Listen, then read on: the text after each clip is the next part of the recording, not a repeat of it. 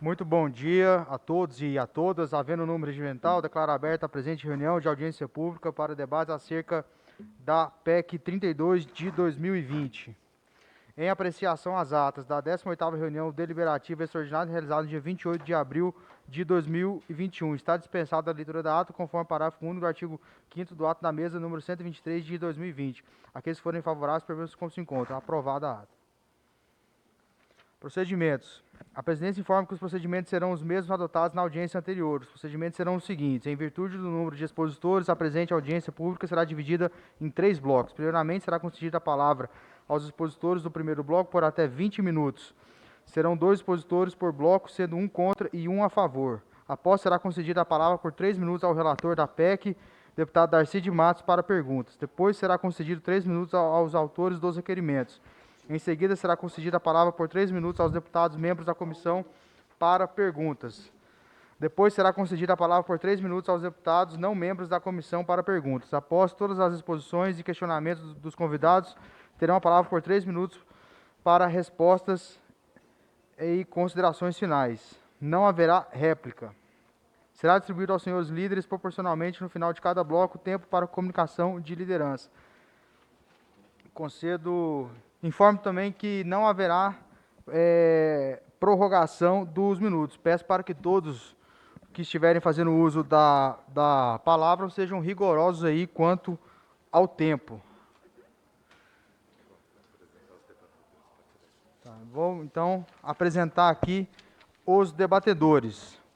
Primeiramente, em nome dessa comissão, agradeço a participação virtual nessa audiência dos senhores: senhor Lademir Gomes da Rocha, presidente da Associação Nacional dos Advogados Públicos Federais; Paulo Webel, ex-secretário especial da Secretaria de Desburocratização da Gestão e Gestão do Governo Digital do Ministério da Economia; senhora Rivana Barreto Ricardi, presidente da Associação Nacional dos Defensores Públicos; senhor Bruno Miragem, advogado e professor associado da Faculdade de Direito da Universidade Federal do Rio Grande do Sul; Kleber Cabral, presidente do Sindicato Nacional dos Auditores Fiscais da Receita Federal; o Rudinei Marques, presidente do Fórum Nacional Permanente de Carreiras Típicas de Estado.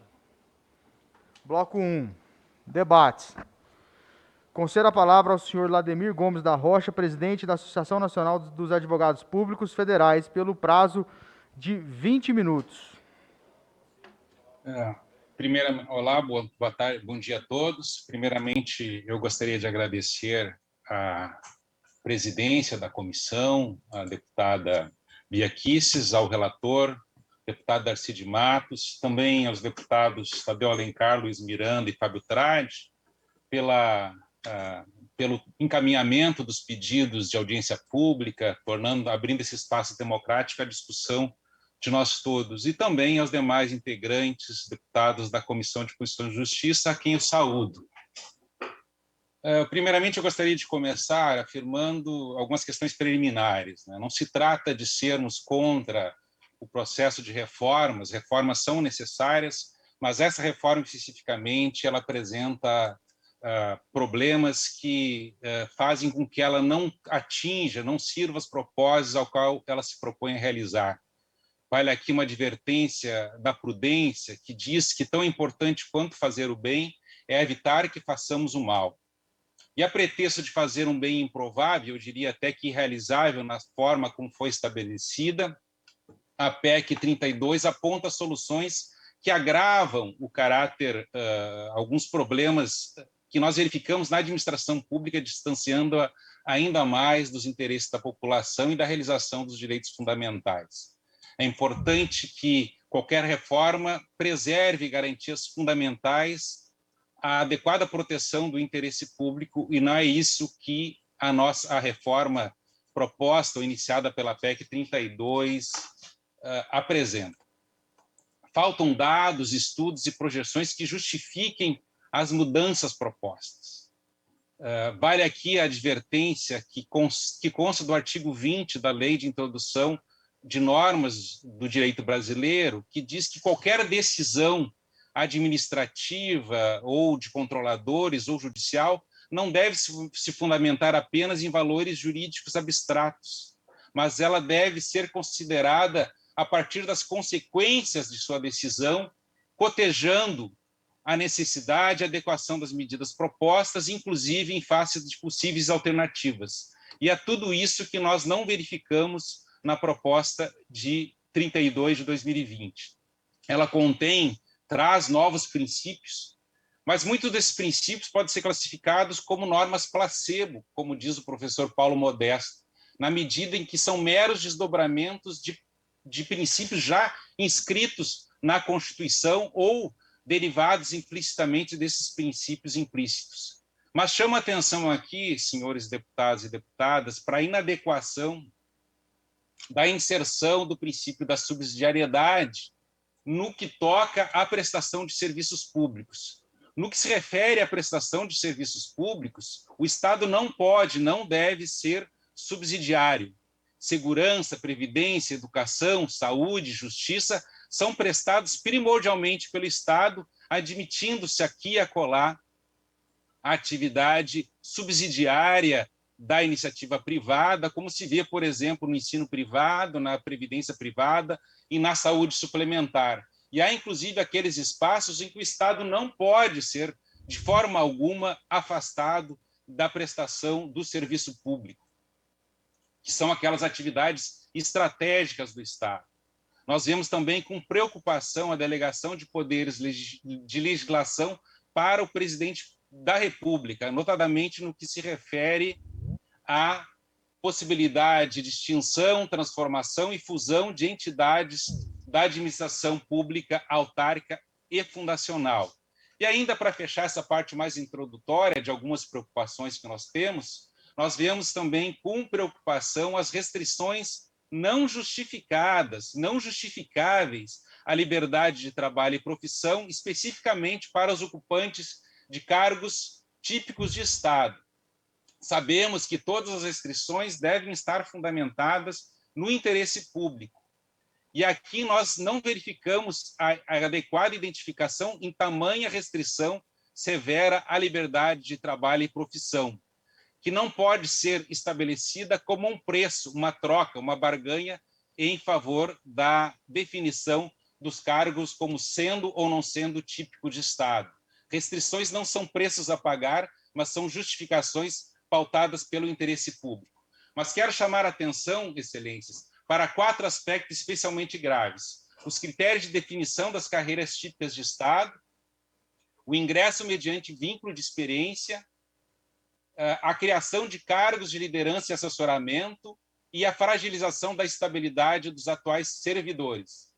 No que se refere à ausência de critérios de definição das carreiras típicas de Estado, nós vemos que a opção da PEC 32 foi para deixar isso aberto para a posterior edição de lei complementar.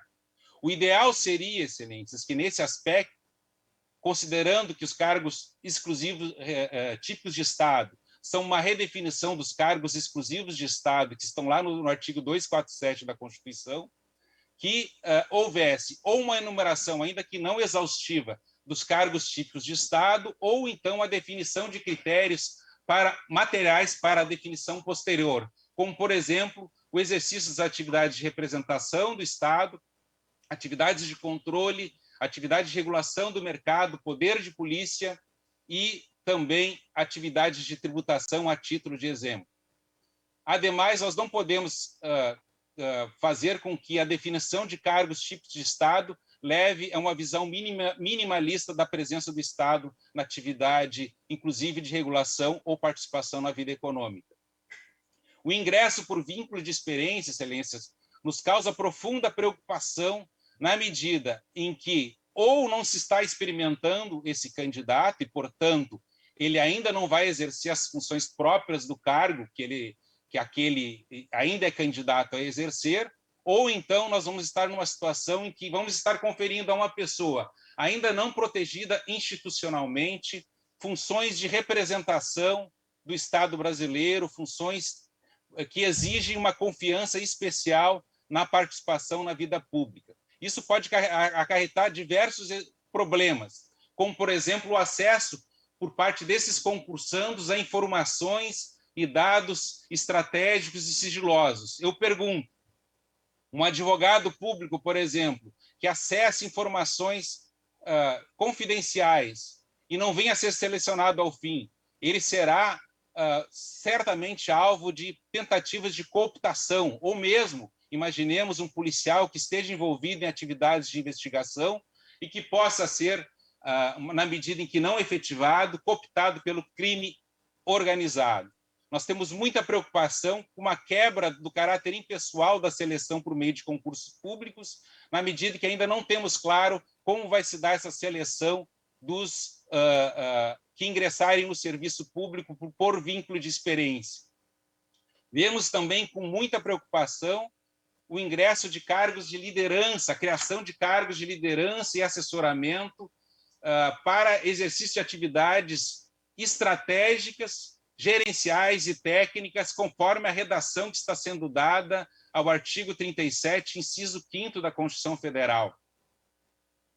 Isso significa uma mudança não justificada da atual redação do artigo 37, inciso 5º, que, de um lado, reserva os cargos, as funções de confiança aos ocupantes de cargos efetivos e estabelece um percentual a ser definido em lei para os cargos em comissão. Isso é aquilo que o professor Paulo Modesto qualifica como um exemplo de norma perigo, não só pela amplitude e imprecisão semântica dos termos da nova redação, mas pela flexibilização das balizas atuais, que são concebidas como para barrar o clientelismo e, o que é mais importante, a captura do Estado. No que se refere às funções estratégicas, o clientelismo pode ser definido como uma forma de captura.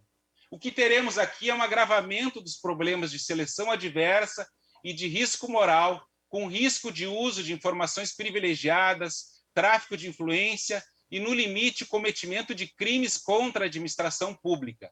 Além disso, vão se agravar os problemas de custos de quarentena e monitoramento das pessoas que saírem dessas funções após, digamos, o seu cumprimento nas funções de liderança e assessoramento, em sua estada perante o serviço público.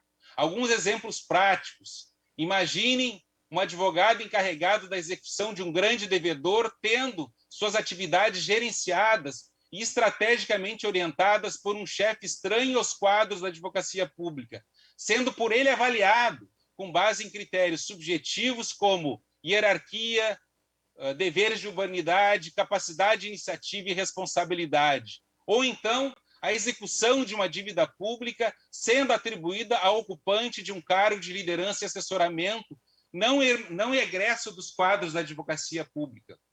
Porque, é bom lembrar, inclusive atribuições técnicas vão poder ser atribuídas a esses ocupantes de cargos de liderança e assessoramento. Pense no que pode acontecer em termos de fiscalização ambiental e do trabalho, de regulação do mercado, de arrecadação de tributária, de controle dos gastos e das finanças públicas. Em todas as situações, as travas existentes hoje no sistema visam assegurar que a gestão estratégica, técnica, as funções de gestão sejam preponderantemente, se não exclusivamente, exercidas por servidores do quadro. É claro que não se consegue, com isso, eliminar por completo práticas como tráfico de influência e risco de cooptação, mas a presença de servidores públicos do quadro nessas funções favorece a identidade e a integridade institucional e o compromisso com a legalidade e objetivos de longo prazo. Ademais, assistiremos a um problema, uma quebra de modelo no âmbito da administração pública, porque, de um lado, nós continuaremos assistindo, por exemplo, as chefias no âmbito do Judiciário e do Ministério Público sendo exercidas em suas funções estratégicas, de gestão e técnicas, exclusivamente por membros do quadro, ao passo que correremos o risco de assistir, quem sabe, na advocacia pública e na defensoria pública, por exemplo, que são funções essenciais à justiça, atividades sendo exercidas por pessoas estranhas ao quadro. Isso acarreta uma quebra da paridade de armas entre as funções essenciais à justiça. Não vemos razão, portanto, para que a atual redação do inciso 5º do artigo 37, que é de inspiração claramente democrática e republicana, seja mudado.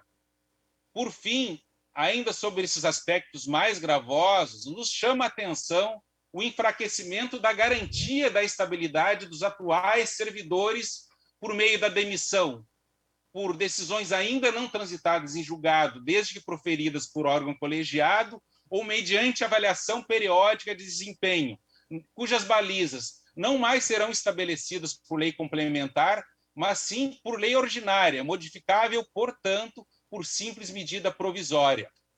Assistiremos aqui uma ampliação ainda maior da diferença entre os institutos da estabilidade, que se aplica aos servidores, que passará a se aplicar exclusivamente aos ocupantes de cargos típicos de Estado, e a garantia da vitalicidade, que se protege, por exemplo, juízes, conselheiros de contas e membros do Ministério Público. Lembrando que esses, assim como os defensores e advogados públicos, exercem função essencial à justiça.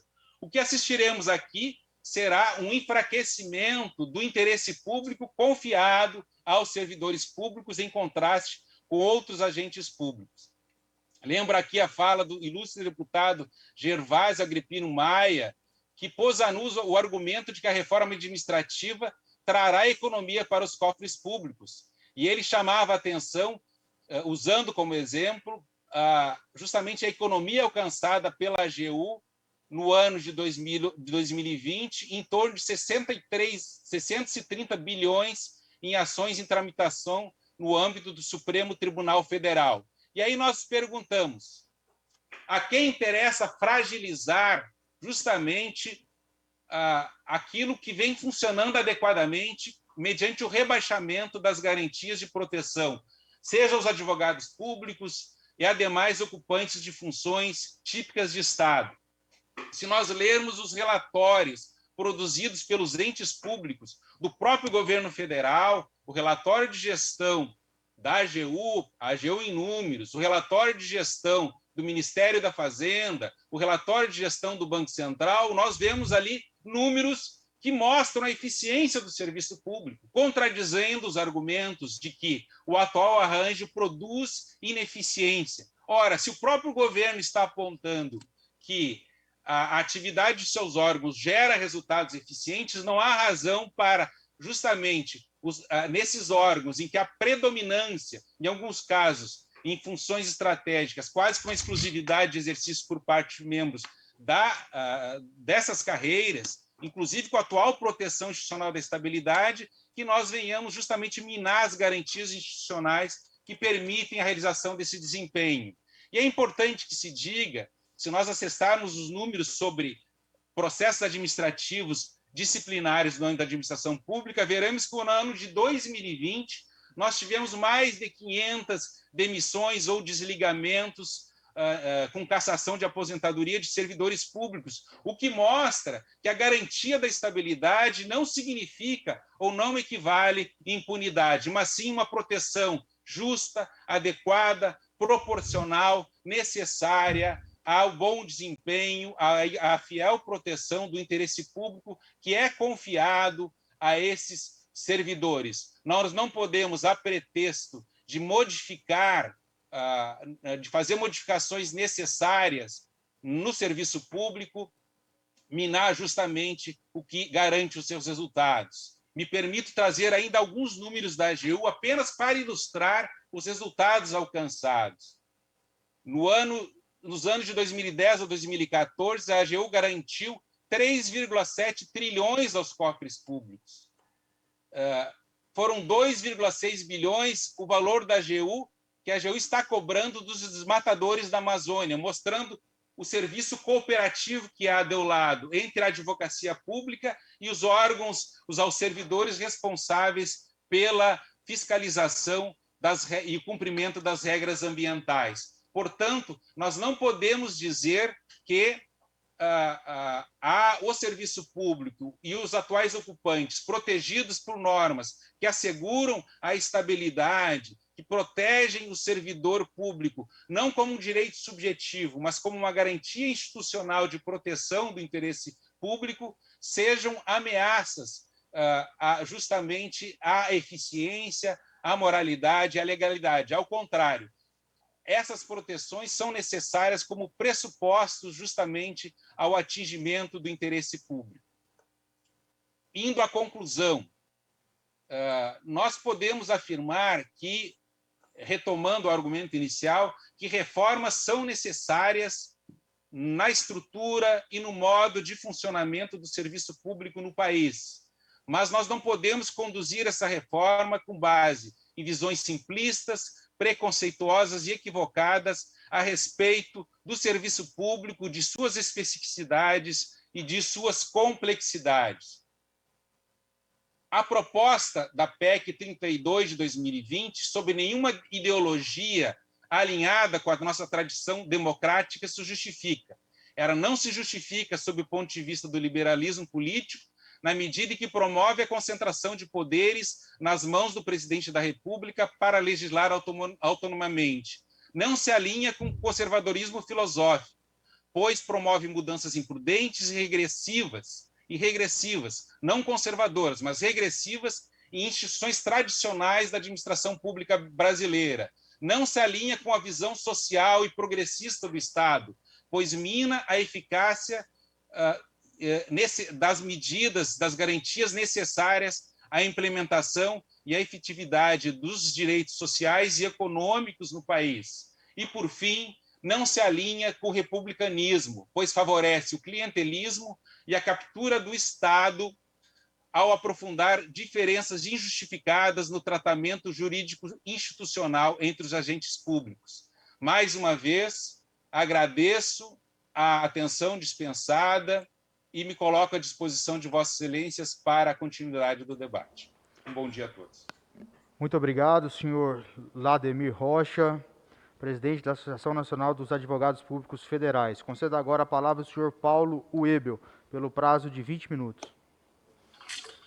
Bom dia, agradeço o deputado Lucas Virgílio, presidente da sessão, a deputada Bia Kicis, presidente da comissão, ao deputado Darcy de Matos, relator, todos os demais deputadas, deputados, servidoras, servidores e aos cidadãos. O tema da reforma administrativa é fundamental. Eu considero a PEC 32 de 2020 um instrumento fundamental para concretizar todos os princípios da nossa Constituição. A nota técnica da PEC 32 de 2020 é uma peça exemplar, com todos os dados, com todos os números que corroboram a importância deste documento. É uma nota produzida por servidores para servidores.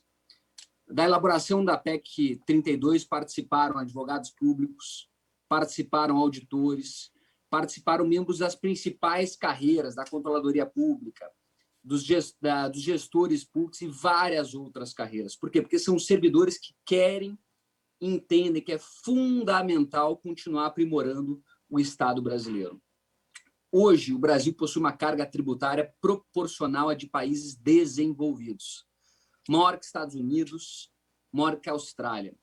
Mas a qualidade dos serviços públicos ainda deixa a desejar. Então, nós precisamos continuar melhorando.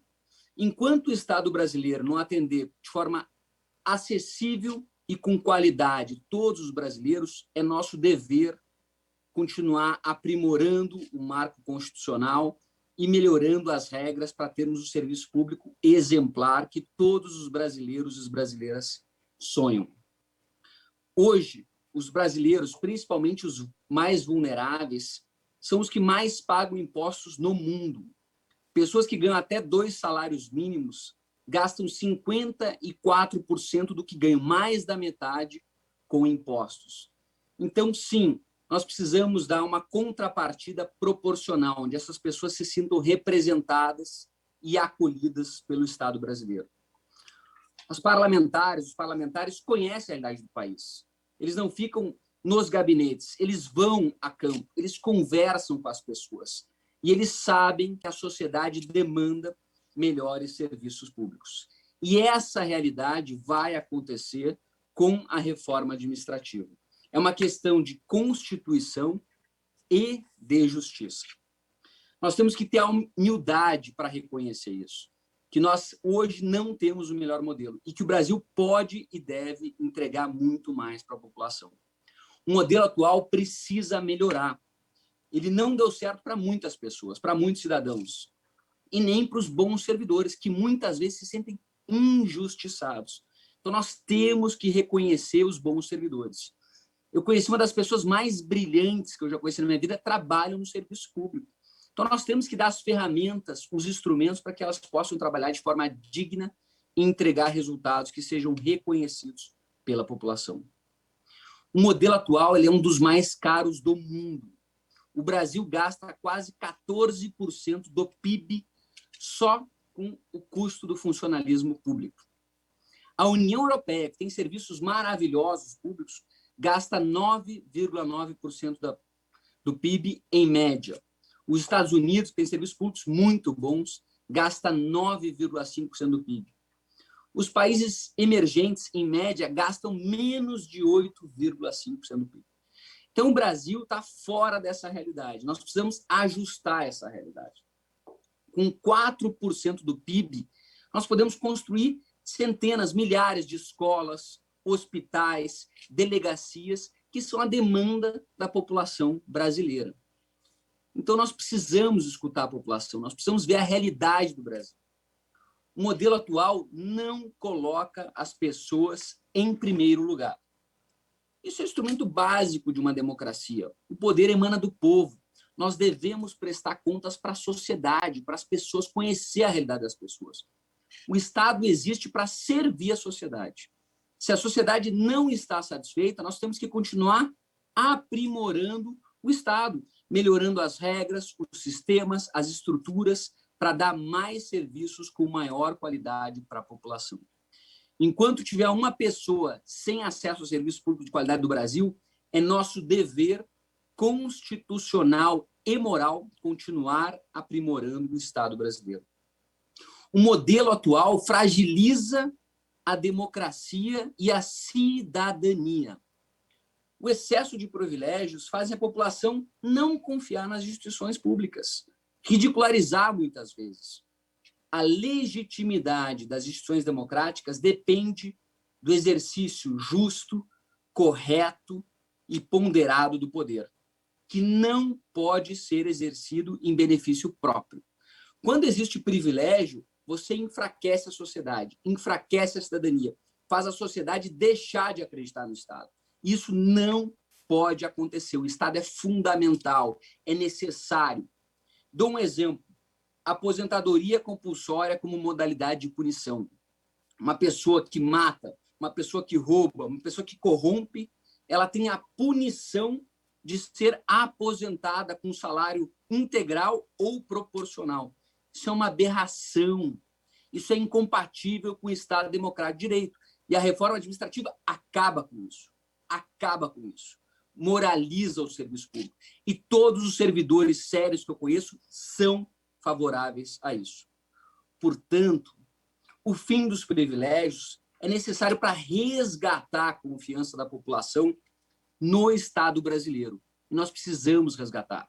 Depois de Mensalão, Petrolão, Lava Jato, é fundamental os brasileiros e as brasileiras voltarem a acreditar no Estado brasileiro. Um Estado sem corrupção, um Estado que serve as pessoas, um Estado que diariamente quer melhorar a qualidade dos serviços públicos. Os privilégios violam os princípios da administração pública e violam o conceito de uma democracia, onde todos são iguais perante a lei. Tem o princípio da igualdade, tem o princípio da moralidade, tem o princípio da eficiência, e nós temos que observar esses princípios. O modelo atual não está alinhado às melhores práticas internacionais, ao que é feito nos países desenvolvidos. E nós temos que olhar e trabalhar para que o Brasil seja um país desenvolvido. O Brasil não precisa inventar roda. Não precisa fazer uma jabuticaba. Já existem modelos na França, no Reino Unido, em Portugal e Estados Unidos. E por mais que sejam realidades diferentes, tem muita coisa que pode e deve ser aplicada no Brasil. Nós temos que cuidar dos servidores, nós temos que cuidar da administração pública para que ela possa cuidar dos brasileiros e das brasileiras, dos mais vulneráveis, daqueles que dependem do Estado brasileiro. O modelo atual está 20, 30 anos atrasados. As regras principais da administração pública foram desenhadas na década de 80. Na década de 90, elas foram ajustadas, melhoradas. Mas depois de então, não ocorreram mudanças significativas na estrutura constitucional da administração pública. Olha quantas coisas mudaram nesse período. Então, é fundamental nós continuarmos ajustando para que o Estado brasileiro seja eficiente, seja transparente, seja republicano e seja focado nas pessoas, nos seres humanos. O Estado existe para cuidar das pessoas e dos seres humanos. O modelo atual precarizou a capacidade do Estado brasileiro de fazer investimentos. Se continuar do jeito que está, o investimento público será zero. Imagine uma sociedade onde o Estado não consegue investir. Não consegue construir escolas, não consegue construir hospitais, não consegue fazer delegacias, não consegue comprar equipamento, medicamento. Isso é inaceitável. Municípios, estados e governo federal estão praticamente quebrados. Isso é muito grave. Isso mostra que o modelo fracassou e que nós precisamos corrigir. Mesmo tendo a equipe mais qualificada, as pessoas mais sérias e preparadas que eu já conheci, que estão no setor público, o sistema não está bom. Ele não permite as condições adequadas e necessárias para que os servidores públicos trabalhem e realizem todos os seus sonhos e projetos.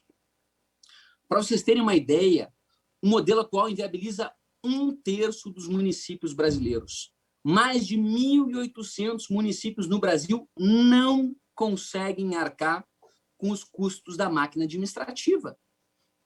Isso é uma distorção brutal. Isso mostra que o modelo não é adequado ao Brasil. Como é que nós vamos inviabilizar 1/3 dos municípios brasileiros? Imagina quantas pessoas... São realidades muito distintas. Brasília não representa o Brasil. São Paulo não representa o Brasil. Rio de Janeiro não representa o Brasil. Cada região tem suas peculiaridades, suas potencialidades, suas belezas e seus desafios. Portanto, o regime não pode ser único. Precisa ser um regime moderno, flexível, dinâmico, que vá servir o contexto de cada realidade, de cada associação. Se você conversa com os prefeitos brasileiros, as prefeitas, eles estão insatisfeitos com o modelo atual, porque a realidade deles muda muito. E hoje você contrata um servidor, o vínculo dele com o Estado, configura todo o ciclo de vida daquele servidor, mesmo após a aposentadoria e depois com o falecimento, é de 59 anos. A realidade dos municípios está mudando muito mais rápido, então precisa ter outras alternativas para fazer uma boa gestão e uma boa prestação de serviços ao público. Então, nós temos que ter um modelo que sirva a todas as realidades do Brasil. As grandes cidades até as pequenas cidades, aos grandes estados até os pequenos estados, ao governo federal e a todas as demais estruturas locais. O modelo atual, infelizmente, não atingiu este resultado. Outro ponto muito importante.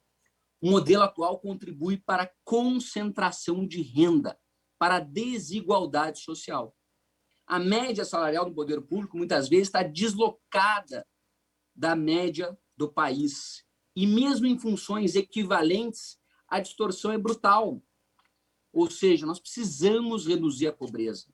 O Estado não pode aumentar a desigualdade social. Pelo contrário, o Estado tem que ajudar as pessoas que estão na base da pirâmide a melhorar a sua qualidade de vida. Se o Estado está gerando concentração de renda e desigualdade social, ele precisa ser reformado. Eu tenho certeza que todos os parlamentares e todos os servidores concordam com isso. Não é papel do Estado gerar concentração de renda. Pelo contrário, o modelo atual ele dificulta a modernização e o uso eficiente dos recursos públicos. O governo, para vocês terem um exemplo, o governo federal, poder executivo, gasta mais de 8 bilhões de reais por ano com cargos e carreiras que já foram extintas. Isso é imoral, isso é ineficiente, isso viola os princípios básicos de uma república que serve à sua sociedade, de uma democracia que serve ao seu povo. Então, são 8 bilhões de reais que poderiam estar indo para a educação, para a saúde, para a justiça, que estão indo em carreiras e cargos extintos, que não servem mais ao interesse público. Esse dado é brutal, é assustador, é uma ineficiência inaceitável em um regime democrático de direito. Algo muito importante, o modelo atual prejudica a imagem e, principalmente, o trabalho de servidores excelentes, pessoas preparadas, com mestrado, doutorado, que querem realizar, querem entregar, mas muitas vezes estão de mãos atadas. Tamanho número de regras, de burocracia, de processos antigos que não foram modernizados. Algumas das pessoas mais brilhantes e comprometidas que eu conheci na minha vida estão no serviço público. Nós precisamos ajudar essas pessoas a terem um ambiente melhor, a terem mais mecanismos, instrumentos, ferramentas para servir a sociedade brasileira. Hoje, a área meio consome muitos recursos que deveriam estar lá na ponta, na escola, que deveriam estar lá no hospital, na UBS, na delegacia, na área de assistência social e que ficam na máquina, porque ela é pesada, ela é inchada, ela é burocrática, ela é ultrapassada. Os servidores não querem mais conviver com esse modelo tão ultrapassado e antigo. Os servidores levam a culpa, mas a culpa não é deles. A culpa é do sistema engessado, sistema atrasado, sistema que não existe mais nos países desenvolvidos, que já fizeram as suas reformas, já modernizaram as suas regras e já passaram por muitos avanços importantes. O princípio da subsidiariedade que foi falado aqui é fundamental. É uma decorrência lógica e necessária do princípio democrático de que o poder emana das pessoas, da sociedade, da população. Subsidiariedade significa levar recursos e atribuições para os municípios, para as cidades, onde as pessoas vivem, para esta realidade. É fortalecer os mais de 5.500 municípios que existem no Brasil. Nós temos que levar recursos para essas pessoas, temos que descentralizar o poder e os recursos. É mais Brasil e menos Brasília. É fortalecer a cidadania lá na ponta. É menos poder concentrado, menos corrupção e mais descentralização. O texto atual, principalmente na parte dos privilégios, né, só pega os atuais. Na minha opinião, isso é injusto, isso precisa ser mudado. Ele precisa cortar privilégios para todo mundo, inclusive os atuais servidores. É uma questão de justiça, de moralidade, é um dever constitucional de todos nós. Então, nós precisamos cortar imediatamente os privilégios para todos os servidores, sem distinção. Eu tenho certeza que a sociedade brasileira vai acreditar e vai valorizar o trabalho do parlamento que está alinhado com a demanda da sociedade. Não tem nada que enfraquece mais e tira a legitimidade do poder público do que a criação de privilégios, que são incompatíveis com o regime democrático de direito, onde todos devem ser tratados igualmente. Quando nós conversamos com prefeitos, com a Confederação Nacional dos Municípios, a gente sabe que a realidade das cidades é muito diferente. Então, ter diferentes tipos de vínculos é fundamental, é necessário, concretiza e dá instrumentos para a realização de políticas públicas eficazes, efetivas e eficientes. Nós temos que ter consciência de que os desafios mudam com muita velocidade e nos próximos anos vão mudar muito mais. O Estado precisa ser dinâmico. Ele não pode ser engessado, impedido de realizar o seu trabalho de forma correta, de forma rápida, de forma eficiente. Vou dar um exemplo. Nós temos, por exemplo, a licença prêmio, que foi extinta em 97 no governo federal, Poder Executivo. Ainda continua sendo praticada em estados e municípios. Só pelo sujeito ir trabalhar, ele ganha um prêmio. Quer dizer, o básico. Isso é imoral. Isso é imoral. A incorporação no cargo. O sujeito está no cargo, depois de um período, ele incorpora aquilo para o resto da vida. Então, ele sai do cargo e leva. Isso é imoral. Eu já vi em algumas prefeituras as pessoas comemorarem a demoção. Quando ele deixa de ser diretor e volta para uma posição mais baixa, que ele perde a promoção, ele comemora. Por quê? Porque ele tem o cargo incorporado, mas não tem mais o ônus do trabalho. Então, são exemplos que não são compatíveis com uma democracia que foca na população, foca nos seres humanos. Sabe que cada real economizado é R$1 a mais para comprar vacina, medicamento, para comprar material escolar, para reformar escolas, para reformar delegacias. Então, é nessas pessoas, é para isso que o Estado serve. O Estado tem que estar presente, o Estado tem que ser percebido pela população. Tudo que se paga de impostos, depois tem que ter a contrapartida proporcional. Férias superiores a 30 dias, por exemplo. Todos os brasileiros têm férias de 30 dias. O poder público não pode ser diferente, não pode ser diferente. Quer dizer, qual é a justificativa que a gente vai dizer? Não, existem cidadãos de primeiro nível e segundo nível. Então, esses têm mais de 30 dias, esses só 30 dias. Isso é incompatível. Então, só no poder público federal, por exemplo, tem 138 mil servidores que têm mais de 30 dias. Isso custa mais de 1 bilhão e 300 milhões de reais por ano, que poderiam estar indo para escolas, hospitais, delegacias, assistência social e tantas outras atividades fundamentais. As carreiras exclusivas de Estado são fundamentais, tão importantes que elas não podem ter outra atividade econômica. Imagina o sujeito de manhã serve ao Estado, de tarde vai servir ao empresário. É incompatível. É tão importante as carreiras exclusivas de Estados que tem que ser foco total em servir o cidadão, de noite, 24 horas. Não pode ter nenhuma outra preocupação. Então, senhoras e senhores, precisamos fortalecer o Estado brasileiro, recuperar sua capacidade de investimento, reconhecer e premiar os bons servidores, acabar com privilégios imorais e garantir que todos os brasileiros tenham acesso a serviços públicos de qualidade, sem ineficiências, sem desvios e sem desperdícios. Muito obrigado. Muito obrigado, senhor Paulo Ebel. Concedo a palavra aos autores do requerimento, deputado Lincoln Portela, não se faz presente, deputado Tadeu Alencar, também não está presente, deputado Fábio Tradi, também não está presente, deputado Gilson Marques, também não está presente. Então, encerro a lista de inscrição dos oradores. Primeiro, o orador inscrito. Concedo a palavra à deputada Érica Cocai. Por 3 minutos.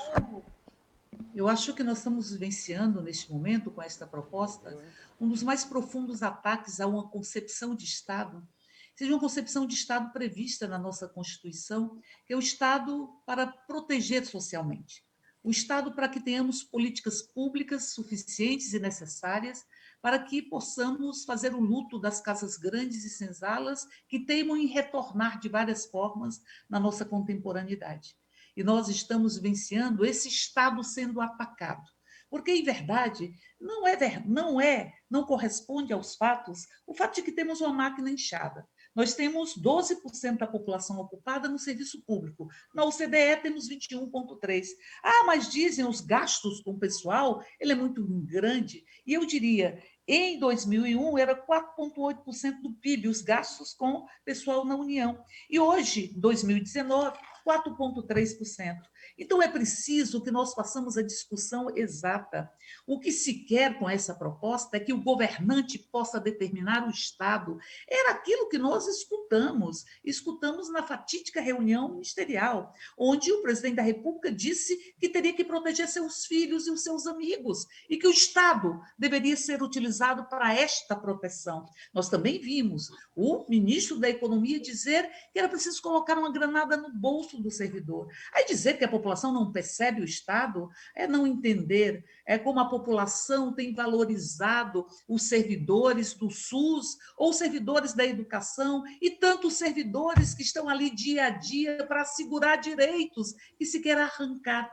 Essa proposta de reforma administrativa, ela deforma uma concepção de Estado e ela estabelece o poder absoluto do governante, o poder absoluto. Aliás, dos 5 vínculos propostos, só 2 têm concurso público, que asseguram a impessoalidade. E ali o presidente da República, no ato de sincericídio, ele foi claro. O prefeito tem que chegar, demitir todo mundo que ele quiser e colocar quem ele queira. Então, que Estado é esse? E que privilégios se está falando? Está falando dos privilégios quando, em verdade, não se aborda o extrateto, quando se preserva segmentos que são aqueles que, via de regra, estão no extrateto. E não se aborda isso. O que se quer, em verdade, é um Estado submisso, subalternizado. Dizer que o Estado é ineficiente é não considerar as tecnologias sociais, como Minha Casa Minha Vida, ou o Cadastro Único, que são frutos desse Estado, assim como o PIX, assim como tantas inovações e tantas contribuições que se deu ao conjunto da sociedade. O que se quer, em verdade, o que este governo quer, é ter o mando absoluto sobre servidores, o mando absoluto, e se tira não apenas a estabilidade, que é fundamental para resgatar a memória e para dar autonomia de que o servidor público sirva realmente a população. Ele quer eliminar o serviço público ou o concurso público e fazer com que o serviço público e o Estado esteja subalternizado com relação aos objetivos do próprio mercado e da iniciativa privada. Por isso, eu diria, esta reforma administrativa, ela fere a construção diária e cotidiana que os servidores públicos desenvolvem para que nós tenhamos um país onde caiba o povo brasileiro. E ela estabelece uma concepção de Estado subalternizada à iniciativa privada, desvalorizada do ponto de vista Deputada, por favor, do conclua, cumprimento deputada. do Estado de proteção social. Por isso, presidente, essa reforma que se propõe, essa deforma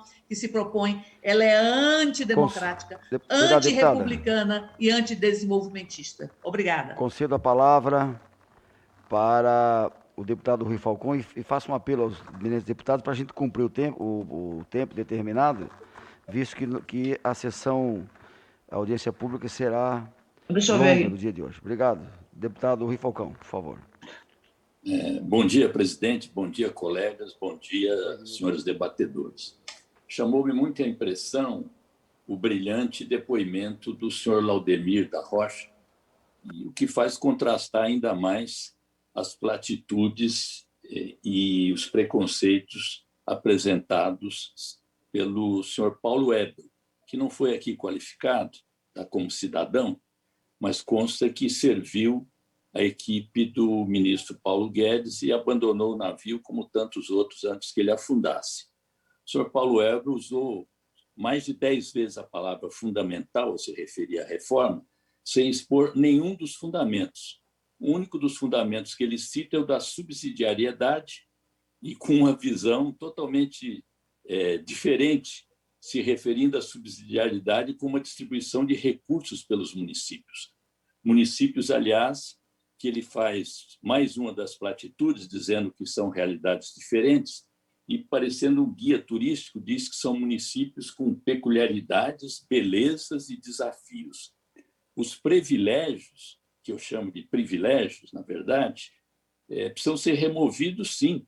E o primeiro passo é votar a lei do extrateto, super salários.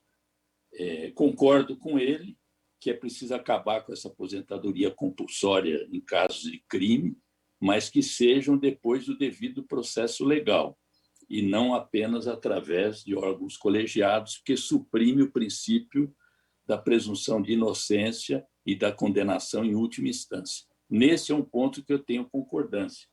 Também com relação ao ciclo de vida de 59 anos, eu faço um paralelo com a última afirmação do ministro Paulo Guedes, que lamenta que as pessoas queiram viver até os 100 anos e isso onera o Estado, traz mais custos para o Estado. Enfim, é uma visão que não sustenta essa reforma, fala de bons servidores em contraste com maus servidores, que não aponta quais são, diz por 3 vezes que as pessoas mais geniais que ele conhece estão no serviço público, realmente é um serviço qualificado, 10% dos servidores brasileiros têm o doutorado, 7%, ou melhor, têm mestrado, 7% têm o doutorado, em contraste, inclusive, com a maioria da população que ainda não pôde se qualificar dessa maneira.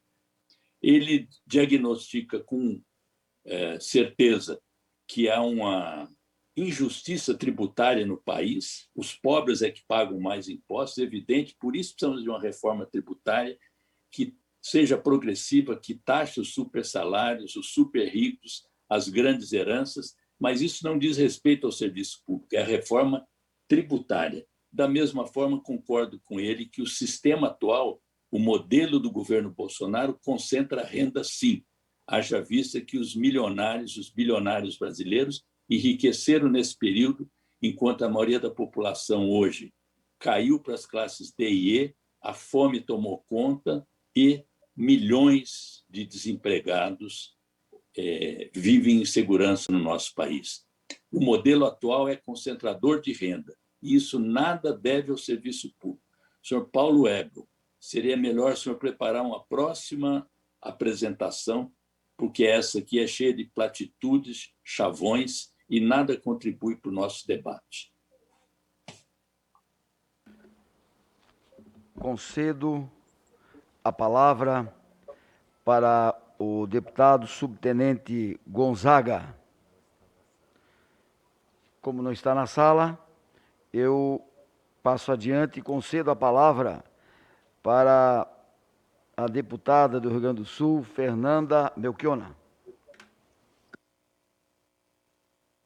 Olha, relator Darcy, eu estou cada vez mais convencida de que essa reforma é um grande engodo. Um grande engodo. Todas as vezes que eu vejo os representantes ou ex-representantes do governo ou apoiadores defenderem, é um discurso abstrato, barbaridades, mentiras no sentido de que vai acabar com os privilégios, como o senhor Paulo Ebel reproduziu aqui, quando, na verdade, ela não ataca nenhum privilégio, como, por exemplo, os salários de deputados federais, como, por exemplo, as carreiras de CCs. Ao contrário, ela amplia privilégios com os cargos de liderança e assessoramento, Paulo Ebel. Vocês vão querer mais cabide de emprego no serviço público. Isso é uma vergonha, desmontar a estabilidade, desmontar o caráter, desmontar não, isso é inconstitucional. Ouvindo o Laudenir, estou cada vez mais convencida de que é inconstitucional, conforme o artigo 5, 6º e 7º da Constituição, o que são pré-requisitos e obrigatoriedades do governo, o dever do Estado com os cidadãos, está querendo ser transformado em atividade subsidiária.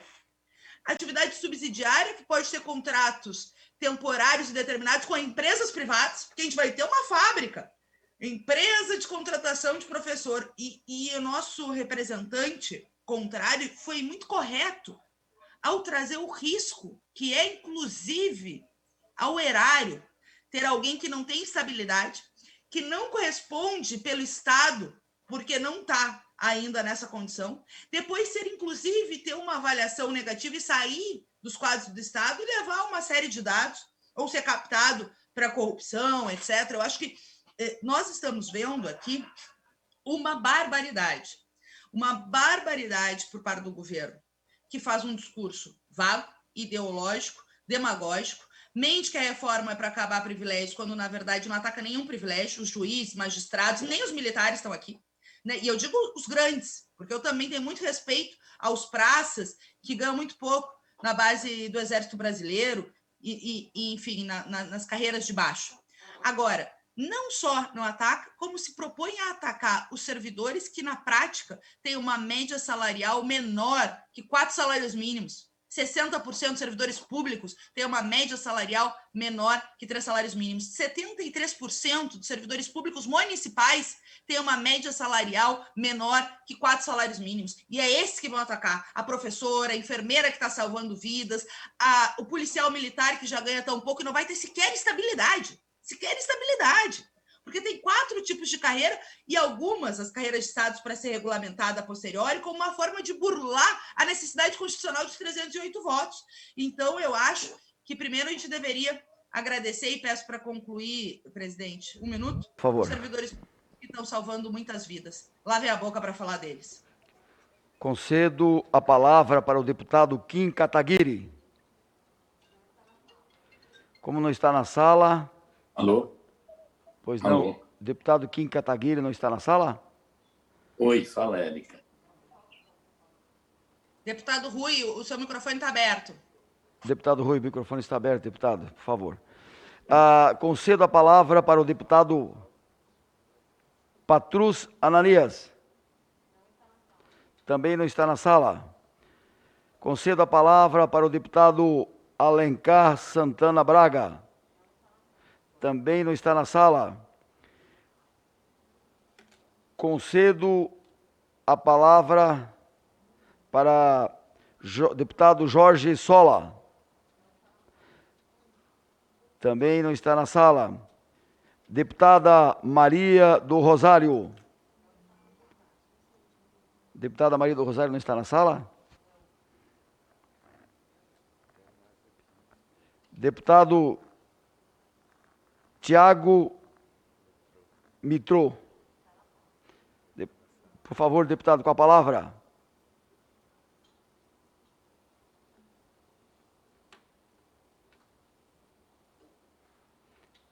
Com a palavra, deputado Tiago Mitrô.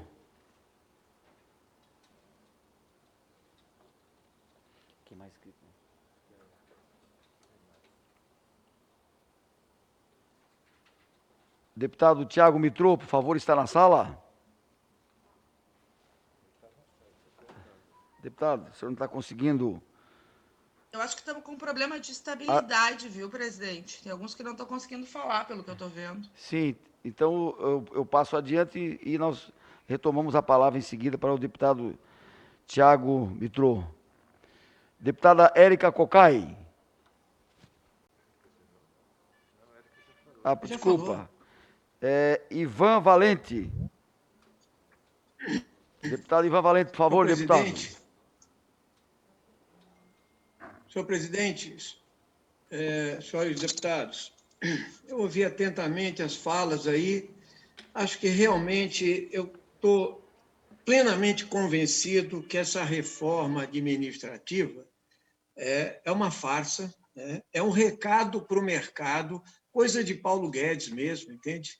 Passar recadinho para o mercado, não tem impacto, não tem estudo de impacto, né? Então, eu quero dizer que vi um dos debatedores, que era componente do governo, do senhor Paulo Guedes, aí, do senhor Bolsonaro, dizer que os mais vulneráveis é que pagam a conta no Brasil, que é verdade, que eu ganho até 2 salários mínimos, pagam 50%, 54% de impostos. Só que ele não fala na reforma tributária.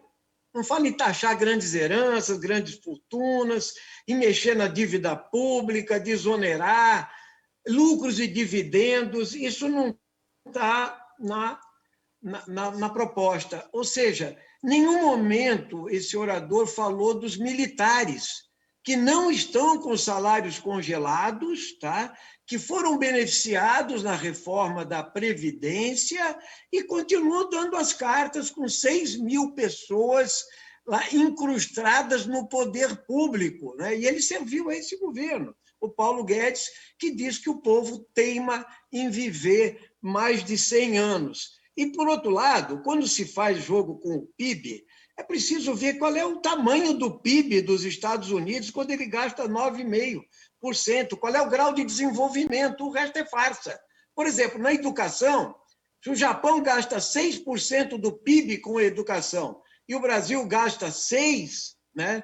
Precisa ver quanto é o PIB japonês. A mesma coisa é aqui. Pelo contrário, nós temos uma carência de Estado para responder. Eu só posso concordar que esse governo não quer acabar com os privilégios. Por exemplo, o extrateto não é votado, é a única coisa que eu concordo para valer. E também algumas coisas que são necessárias se ajustar, mas não com uma reforma que passe para a população, que tem um conjunto de privilegiados que 80% são da saúde, da educação, da assistência social, que ganham até 4 salários mínimos. Isso é um absurdo. Esta reforma é uma grande farsa. Então, na verdade, entende, o que se quer aqui é o Estado mínimo.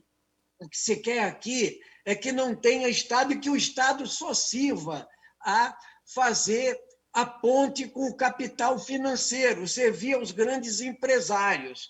Nesse tempo que a gente tem, não dá para falar mais que isso. Essa reforma é uma farsa. Obrigado, presidente.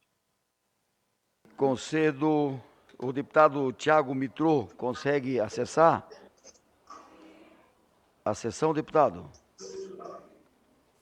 Muito bem. Deputado Gervásio Maia. Com a Senhor palavra.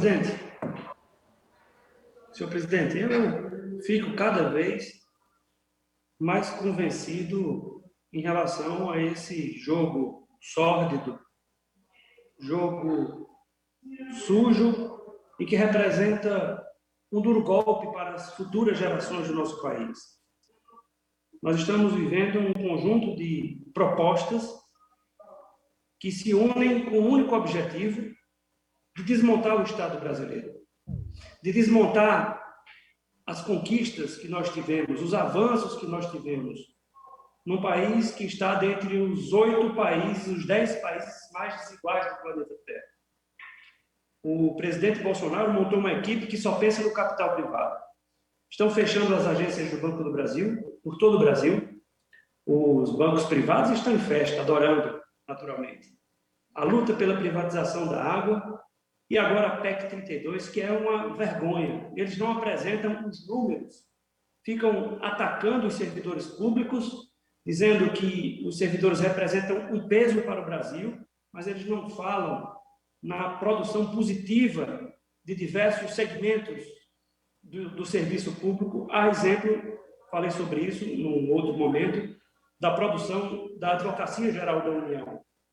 Uma produção extraordinária de servidores comprometidos, que em apenas um ano trouxeram para os cofres públicos mais de 600 bilhões de reais. Isso eles não falam. O que eles querem é tirar as prerrogativas, por exemplo, a estabilidade. Para quem nos assiste, tirar a estabilidade é você deixar um servidor concursado vulnerável. Digamos que um determinado servidor vai aplicar um auto de infração para aqueles que estão desmatando a nossa Amazônia. Sem estabilidade, ele não terá coragem de fazer. Sabe por quê? Porque os poderosos de plantão vão lhe tirar aquilo que ele conquistou com horas e horas de estudos, queimando as pestanas para passar em um concurso público. É isso que eles querem. Você fragiliza os servidores públicos para manobrar os objetivos subterrâneos desse governo. Privatização dos Correios, outra vergonha. Então, quando você verifica o cenário, senhor presidente, como um todo, você chega à conclusão de que eles estão vendendo o nosso país, e pior, vendendo muito barato, o que é mais grave. Então, não há nenhum compromisso com as próximas gerações. E nós precisamos, indiscutivelmente, resistir a esses absurdos. A PEC 32 vai se tornando cada vez mais clara, mais nítido do nosso horizonte, que ela representa uma verdadeira farsa de desmonte do serviço público. É isso, senhor presidente. Muito obrigado.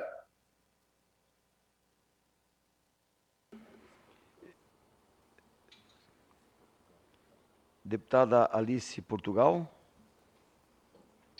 Pois não. Já considera a minha inscrição? Só um minutinho, deputada. Eu levantei a mão para... A sua inscrição, nós não estamos localizando o sistema, mas a senhora está com a palavra por 3 minutos. Eu agradeço. Estamos sempre em multi-reuniões, mas não poderia deixar de participar desta audiência pública na Comissão de Constituição e Justiça sobre a admissibilidade da PEC 32 de 2020.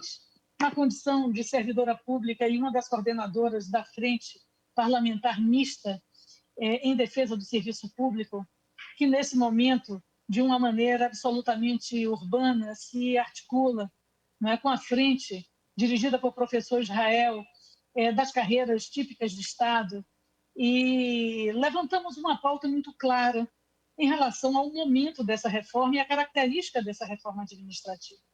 Infelizmente, a PEC 32, ela não realiza uma reforma propriamente dita. Ela, na verdade, constitui a criação de novos princípios para o serviço público, a saber, em especial, o princípio da subsidiariedade, que aflige todo o serviço público. Porque, na verdade, trocando em miúdos, acaba por dizer que tudo que o serviço público realiza, a iniciativa privada realiza, e que o serviço público passará a realizar apenas o que a iniciativa privada não fizer. Voucheriza, portanto, parte da iniciativa dos serviços públicos no Brasil. É completamente inadmissível, na nossa compreensão, essa PEC 32, porque ela ataca contra esses princípios constitucionais da imparcialidade, da impessoalidade, princípios que foram mitigados na criação do regime jurídico único, com profundo estudo realizado nessa casa. Eu, ainda sindicalista, pude acompanhar. E depois da própria Constituição de 88. Senhores deputados, membros desse egrégio, dessa egrégia comissão, que é a principal comissão de nossa casa, no momento da maior pandemia deste século, no momento em que o Brasil perde 3 mil pessoas por dia, o serviço público se afirma cada vez mais como uno. Todos são típicos de Estado. Ou não é típico de Estado? O médico intensivista, o enfermeiro que está na cabeceira do leito do paciente que não pode respirar, o fisioterapeuta que reensina a respirar, porque somente as carreiras que são consideradas carreiras da arrecadação é que poderão ser consideradas típicas de Estado. Nós temos que constituir um elemento, um movimento que seja diferenciado em relação a essa compreensão. Para nós, a PEC 32 é inadmissível. Para nós, a PEC 32 não deve ser votada nesse momento. Para nós, é necessário analisar o que ela diz sobre o crescimento do servidor da carreira. E, infelizmente, nós temos o estágio probatório sendo incorporado como parte do concurso público. E, para os atuais servidores, o impacto do congelamento de suas carreiras. É o que eu tinha a dizer nessa minha participação inicial, nessas audiências que a CCJ realiza previamente à votação da PEC 32. Muito obrigada. Nesse momento, eu concedo a palavra. Vou passar a palavra para os expositores. Presidente. Pois não, deputada? Eu tive dificuldades com a internet, eu sei que Vossa Excelência me chamou. A senhora está com a palavra, deputada. Recomponha a palavra para muito vocês. Obrigada. Muito obrigada, senhor presidente. Eu agradeço a oportunidade de me dirigir aos expositores. Nós temos uma posição crítica ao momento no qual acontece essa reforma, mas, sobretudo, nós estamos dizendo que não se trata de uma reforma administrativa. Se trata da desconstituição de carreiras de Estado e do próprio Estado. Há uma concepção por trás dessa proposta que é a de que o Estado não é competente. E, ao contrário, nós avaliamos que o Estado não só é competente, como ele é responsável direto por prover as condições e a garantia, neste momento dramático, inclusive, da vida. E quando o gestor já faz uma alteração nas atribuições do Estado, inclusive ao aprovar a emenda constitucional número 95, o teto de gastos, sem um teto para a dívida pública, por exemplo, para os juros da dívida pública, mas um teto para aquilo que é investido na saúde, na educação, ele já feriu as atribuições do Estado. Agora, do nosso ponto de vista, o que o atual governo pretende é colocar coerentemente, no pior sentido, no sentido negativo, diminuindo as atribuições dos servidores, e a coerência do governo é que ele já fez isso com o orçamento, quando ele passa boa parte do orçamento, inclusive para emendas parlamentares, quando ele corta orçamento de áreas fundamentais, inclusive de áreas que estão definidas constitucionalmente, e tenta desindexar. Senhor presidente, senhores deputados, senhoras deputadas e senhores painelistas, por que eu considero que essa emenda constitucional, essa proposta de emenda constitucional é inconstitucional e não deve ser admitida? Porque a Constituição ela tem que ser lida na sua complexidade e totalidade. E não há nenhuma dúvida que princípios fundamentais ficam atingidos quando os direitos sociais, quando os direitos de um modo geral e os direitos adquiridos dos próprios servidores, mas não só isso, os direitos conquistados pela população brasileira com a Constituição de 88 ficarão não apenas precarizados, mas comprometidos. Além do que, estaremos tratando iguais em direitos com prerrogativas totalmente distintas, criando 5 formas de acesso, o que nos remete à condição anterior à Constituição de 88. Então, debatendo o tema da admissibilidade, essa PEC é inconstitucional. Ela não tem como prosperar. E, com isso, eu quero defender o serviço público com a responsabilidade de exercer suas funções plenamente, agradecendo ao senhor presidente a oportunidade de usar a palavra, mesmo após a minha inscrição ter sido chamada pelas dificuldades que tive e expliquei. Muito obrigada. Muito bem, eu verifico... vamos verificar se o subtenente Gonzaga, que foi chamado, não estava na sala, está na sala. Subtenente Gonzaga, o senhor está com a palavra. O que nós estamos querendo aqui dizer que aqueles que cometeram... Subtenente Gonzaga. Sim, senhor presidente, porque eu estava com a palavra. Estou ligado aqui do plenário. Presidente, nós precisamos de efetivamente aprofundar o debate, também de mérito na CCJ. Todos nós sabemos que, regimentalmente, a CCJ trata da admissibilidade. Mas é impossível um tema dessa importância também não ser tratado no seu mérito, já na CCJ. Eu queria focar muito, infelizmente eu não pude acompanhar as exposições por conta da Comissão do Código de Processo Penal, que também está tendo debate, mas eu queria focar muito na questão da estabilidade. Como foi dito, estabilidade não é vitaliciedade.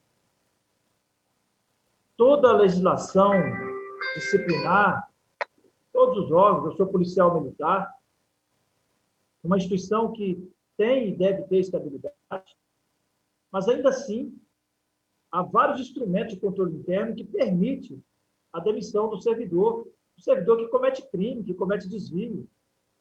Portanto, a lei federal, a legislação federal, já contempla as possibilidades de demissão dos maus servidores, dos servidores que apropriam do cargo público para cometer crime. Portanto, não há necessidade de fazermos uma reforma administrativa, uma reforma da Constituição para impor o fim da estabilidade como pressuposto da busca da eficiência. A busca da eficiência se dá pela valorização, se dá pelas condições de trabalho. Eu acho que o caso do superintendente da Polícia Federal do Amazonas é um exemplo mais recente que nós temos da importância, da necessidade da estabilidade. Mesmo tendo estabilidade, ele foi removido do seu cargo por ter atuado dentro das suas competências e apontado desvio de comportamento de um ministro. É claro que tudo será julgado, tudo será objeto ainda de avaliação por parte do judiciário, mas, nesse momento, o que nós temos é isso.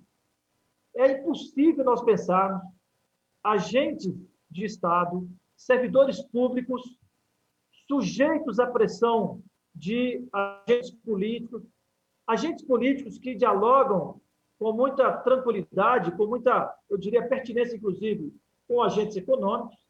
É inadmissível que esses servidores não tenham estabilidade para cumprir o papel constitucional do Estado.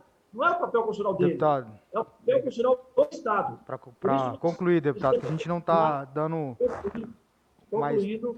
para que a gente possa, de fato, convencer a população, demonstrar para os colegas deputados e senadores que essa proposta ela não pode avançar sob pena de o Estado perder a capacidade de atender a população.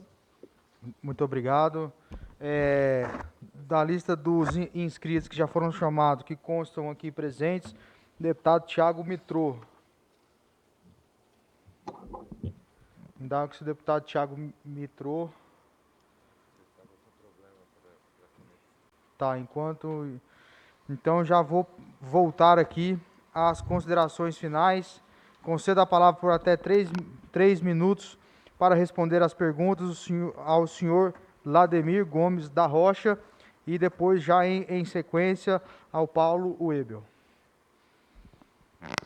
Senhores e senhoras deputados, mais uma vez eu agradeço as ponderações e, na verdade, acho que é preciso fazer algumas ponderações a partir da fala do outro expositor aqui. Com relação à questão, me parece que os temas que são trazidos para a proposição da PEC 32 já poderiam ser tratados ou por legislação ordinária ou no cumprimento da própria Constituição.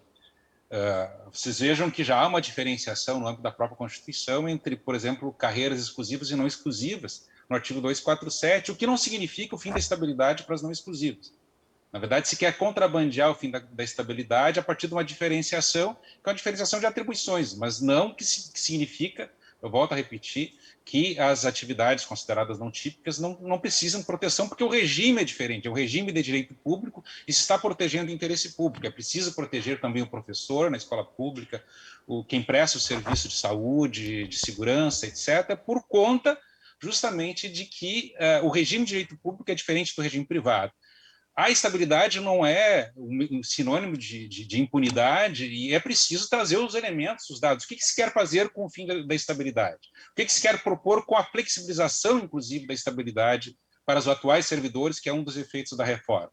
Isso precisa ser trazido à discussão, porque é isso que está por trás da proposta da PEC 32, uma fragilização das garantias necessárias ao cumprimento das funções atribuídas aos servidores públicos, exercendo ou não funções exclusivas de Estado, exercendo ou não funções que possam ser complementadas, e esse é o sentido do princípio da subsidiariedade, que é complementadas pela iniciativa privada. Se se quer levar adiante reforma em outros parâmetros, porque no plano federal, no executivo, todos os privilégios que o outro expositor aqui apresentou já não existem, não são privilégios, não existe férias superiores a 30 dias, ninguém ultrapassa o teto, não há aposentadoria como prêmio como punição, não existe esse mecanismo no âmbito, pelo menos, do Poder Executivo. E todas essas mudanças, inclusive a observância da lei do teto, já estão previstas na Constituição. É preciso levar a Constituição a sério e encaminhar as propostas de reforma infralegal, essas sim, necessárias no plano de uma reforma do Estado que caminhe no sentido do aprofundamento do seu caráter republicano, mas não trazendo de contrabando uma proposta de reforma administrativa que fragilize e precariza o serviço público, criando vínculos que não são justificáveis. E eu não encontrei nenhuma justificativa séria para essa ampliação, essa mudança que se propôs no artigo 37, inciso 5º, que é o dispositivo que trata, aliás, inciso 4º, que é o dispositivo que trata atualmente dos cargos em comissão e funções de confiança. Nós ali temos, a partir da reforma de 2019, da PEC de 2019, da Emenda Constitucional de 2019, uma mudança que incrementou o caráter republicano do Estado. E o que se quer trazer é, por contrabando, funções de confiança, funções de assessoramento, que vão fazer funções estratégicas em lugares hoje que são ocupados por servidores de carreira. Então, agradeço mais uma vez a disponibilidade, agradeço a Casa do Povo e, em nome dos advogados públicos federais, por nós representados, quero saudar a todos os debatedores integrantes dessa casa. Muito obrigado. Muito obrigado. Concedo a palavra para as considerações finais ao Paulo Webel. Deputado Virgílio, demais deputadas, deputados que falaram, os debatedores, agradeço novamente o convite. Quero dizer que eu concordo a importância de se avançar no tema dos supersalários. É um dos princípios da reforma administrativa, combater essa questão do extrateto, dos penduricalhos. Tem que guardar proporção com a atividade, com vínculo de responsabilidade no exercício da função. Então, é muito importante avançar essa pauta e pode-se aproveitar a reforma administrativa para isso, até para melhorar a redação do artigo que trata disso na Constituição atualmente, que deu margem para muita distorção. Concordo também, como foi falado por vários parlamentares, sobre acabar com a aposentadoria com modalidade de punição, é algo realmente completamente fora da nossa realidade. Isso existe em poder executivo, legislativo, judiciário. Então, é importante criar uma regra constitucional que vale automaticamente para todos. Isso vai ser um avanço muito importante na moralização do serviço público. É interesse de todos os parlamentares e servidores que isso aconteça para que a gente possa blindar o Estado brasileiro contra a corrupção. Concordo sobre a fundamental importância do Estado como mecanismo de proteção social. O Estado tem que servir melhor a população, as pessoas, principalmente as pessoas vulneráveis, e justamente por isso nós temos que dar mais instrumentos para que os servidores e agentes públicos possam atuar de forma eficaz, efetiva e eficiente. A realidade do país é muito diversa, é um país muito plural. Então, o regime único ele acaba engessando e dificultando a vida de prefeitos, principalmente de cidades fora do eixo urbano. Então, dar instrumentos, ferramentas para que ele possa ter mais alternativas para prestar um bom serviço público é fundamental. Nós temos que modernizar o arcabouço constitucional.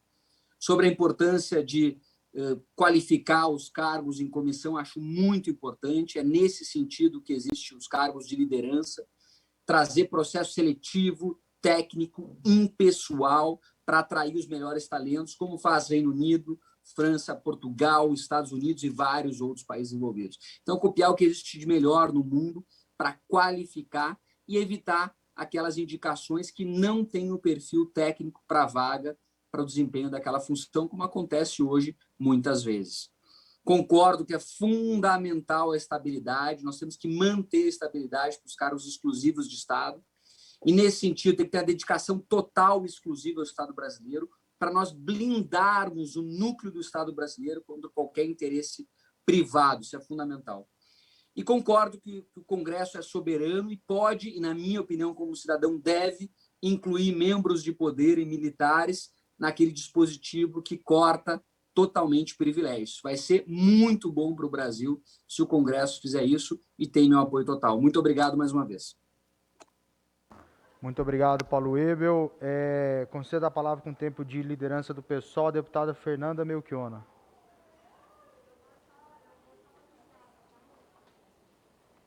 Presidente, eu não me inscrevi em tempo de liderança do partido, mas posso, se estou sendo demandada por livre e espontânea vontade.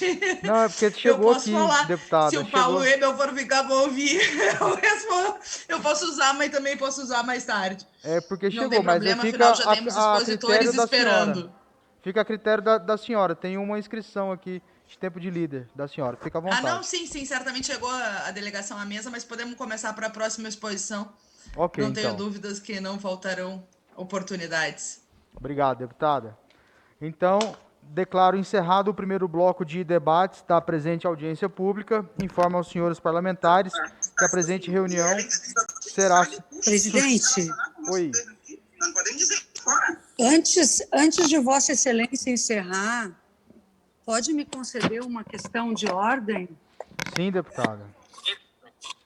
Com base no artigo 221, sem prejuízo de que Vossa Excelência busque a resposta também com a presidenta da comissão, porque naturalmente isso também é feito, né, como mesa, então sem nenhum desmerecimento à sua pessoa, mas normalmente o que assume também pode procurar, como acontece lá com a mesa diretora, a posição da titular.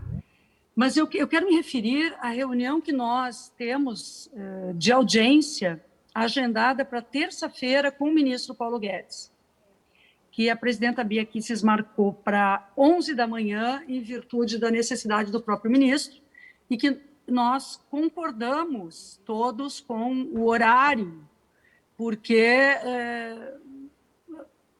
estabelecemos também essa prerrogativa ao ministro de marcar o horário. No entanto, eu fui surpreendida, e eu acho que a CCJ está surpreendida, porque foi informado que o ministro teria um compromisso no Poder Executivo, e nós estamos vendo agora que o ministro tem um compromisso na Comissão de Fiscalização e Controle. que às 9 da manhã ele terá uma participação na Comissão de Fiscalização e Controle. E eu realmente acredito que aqui na Comissão de Constituição e Justiça, aqui na Comissão de Constituição e Justiça, nós aprovamos um requerimento que ele não é uma convocação, porque nós produzimos como convite. Mas a presidente da comissão definiu e acordou, e todos acordamos, que fica preservado o artigo 221 e os pressupostos constitucionais. Ou seja, o ministro vem para responder aos parlamentares. Eu não sei os termos da reunião que ele terá anteriormente na própria casa, mas se for nos mesmos termos, dificilmente às 11 horas ele estará aqui conosco. Agora, se ele vier às 11 horas, a bancada do PT, e eu faço essa questão de ordem, nós não poderemos aceitar que o ministro fique um tempo exíguo em que os parlamentares inscritos não possam falar e em que ele não responda. Porque me parece que é o que ele pretende fazer na comissão que vai anteriormente. Porque 2 horas para a presença do ministro de Estado é pouco tempo.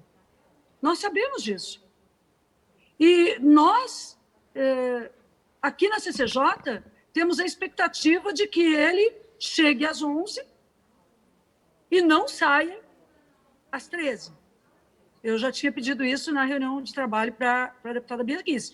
Ou seja, tenhamos condições de debater o tema, que em 2 horas, eu acredito, não estará, por toda a experiência, respondida à necessidade da CCJ.